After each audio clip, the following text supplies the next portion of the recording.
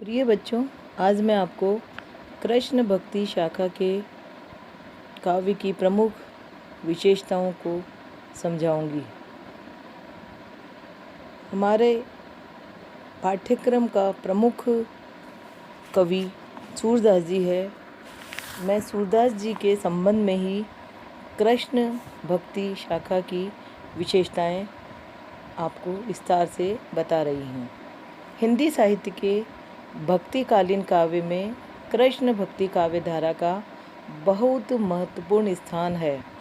कृष्ण भक्ति का प्रारंभ, जैसा कि आपको विदित है, श्री वल्लभाचार्य ने किया था। वल्लभाचार्य ने ही पुष्टि मार्ग का प्रवर्तन किया है। कृष्ण भक्ति शाखा में सूरदास, नंददास आदि प्रमुख कवि हुए हैं। आइए सूरदास के काव्य की कृष्ण भक्ति शाखा में कुछ विशेषताओं को हम यहाँ विस्तार से देखते हैं। सर्वप्रथम कृष्ण लीला का वर्णन। कृष्ण भक्ति शाखा के सभी कवियों ने भगवान कृष्ण को अपना आराध्य माना है।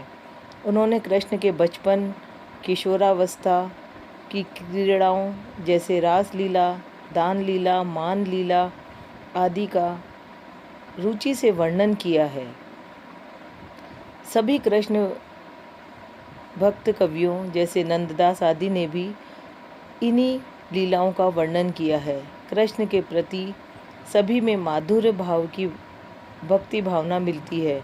उन्होंने गोपियों के साथ कृष्ण की प्रेम लीलाओं का वर्णन भी किया है। उनकी लीलाओं के वर्णन का प्रायोजन आनंद के अतिरिक्त और कुछ भी नहीं है। दूसरी विशेषता है वात्सल्य और श्रृंगार रस की प्रधानता। कृष्ण भक्त कवियों में सूर ने श्रृंगार रस का में राजस्व स्थापित किया है। आचार्य शुक्ल के अनुसार सूरदास वात्सल्य और श्रृंगार का कोना कोना झाँक आए हैं। सूर के अतिरिक्त कवियों ने भी श्रृंगार का विस्तृत और गहन निरूपण किया है।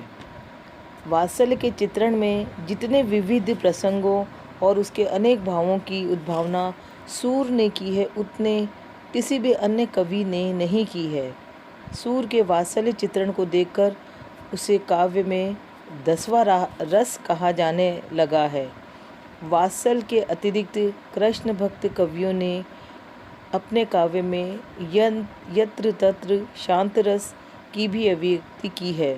सूर और मीरा ने जहाँ तहाँ निर्वेद का भी चित्रण किया है। दूसरे अन्य कवियों ने भी संसार की माया, अज्ञान, अंधकार आदि के विवेचन में शांत रस का उद्घाटन किया है। संगीतात्मकता। कृष्ण भक्त काव्य धारा के प्रायः सभी कवि संगीतज्ञ भी थे। अष्टछाप के तो 8 कवि संगीत में निपुण थे। वे कृष्ण भक्ति में तन्मय होकर पद गाते रहते थे। उनके हृदय में उठे भाव संगीत की लय में बंधकर ही बाहर निकलते थे। इसलिए उनका काव्य गीति काव्य की कसौटी पर एकदम खरा उतरता है। उनके गीतों में गीति तत्वों के कारण ही वेदना, आत्मानुभूति, भाव प्रवणता और भाषागत माधुर्य मिलता है। चौथी विशेषता है प्रकृति चित्रण। कृष्ण भक्त कवियों ने कृष्ण की लीलाओं का वर्णन किया है। कृष्ण की सभी लीलाएं प्रकृति के मुख्य प्रांगण में हुई थी। इसलिए कृष्ण भक्ति काव्य में प्रकृति के भी सुंदर उदाहरण मिलते हैं। प्रकृति का उद्दीपन रूप ही इस काव्य धारा में प्रधान है। कृष्ण के वियोग में गोपियों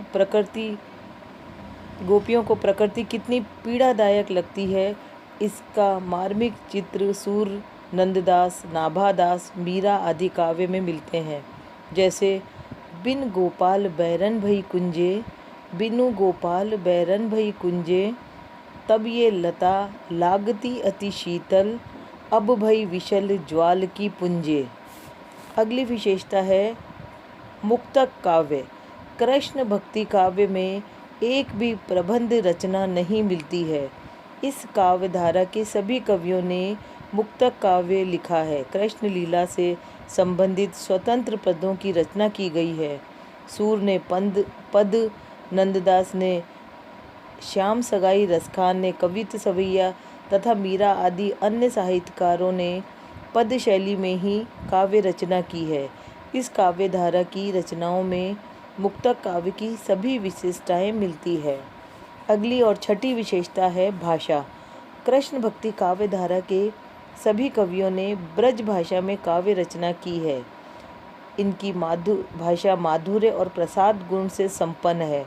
भाषा में भावानुकूलता, स्निग्धता और प्रवाहमयता की किंचित भी कमी नहीं है। सूर और नंददास की भाषा में तर्क एवं कथ्य का तीखापन मिलता है। सूर की भाषा में ध्वन्यात्मकता के उत्कृष्ट उदाहरण मिलते हैं। उनकी भाषा व्यंजना प्रधान है। अर्थ अलंकारों की सार्थक योजना ने भाषा को और भी अधिक प्रभावशाली बना दिया है। अगली विशेषता है छंद एवं शैली। मुक्तक तथा भावात्मक काव्य होने के कारण कृष्ण भक्ति काव्य में प्रायः गेय पदों का प्रयोग ही अधिक हुआ है। इसके अतिरिक्त नंददास के साहित्य में दोहा, चौपाई, दोहा रोला आदि मिश्रित रूप का ही प्रयोग हुआ है। कहीं कहीं अन्य भक्त कवियों ने सवैया, कवित, छप्पय, गीतिका, हरि गीतिका आदि छंद का भी प्रयोग किया है। इसी प्रकार शैली की दृष्टि से विचार करें तो गीति साहित्य के अनुरूप गीति शैली के सभी तत्वों का समावेश कृष्ण भक्ति काव्य में देखने को मिलता है। इस काव्य में भावात्मकता, संगीतात्मकता, संक्षिप्तता, कोमलता और मार्मिकता की प्रधानता है। भाव व्यंजना की अनेक शैलियों का मनोहारी अंकन देखने को मिलता है।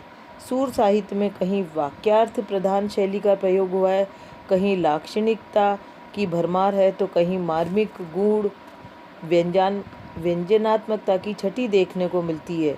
इन शैलियों का प्रयोग प्रसंग के अनुसार किया गया है।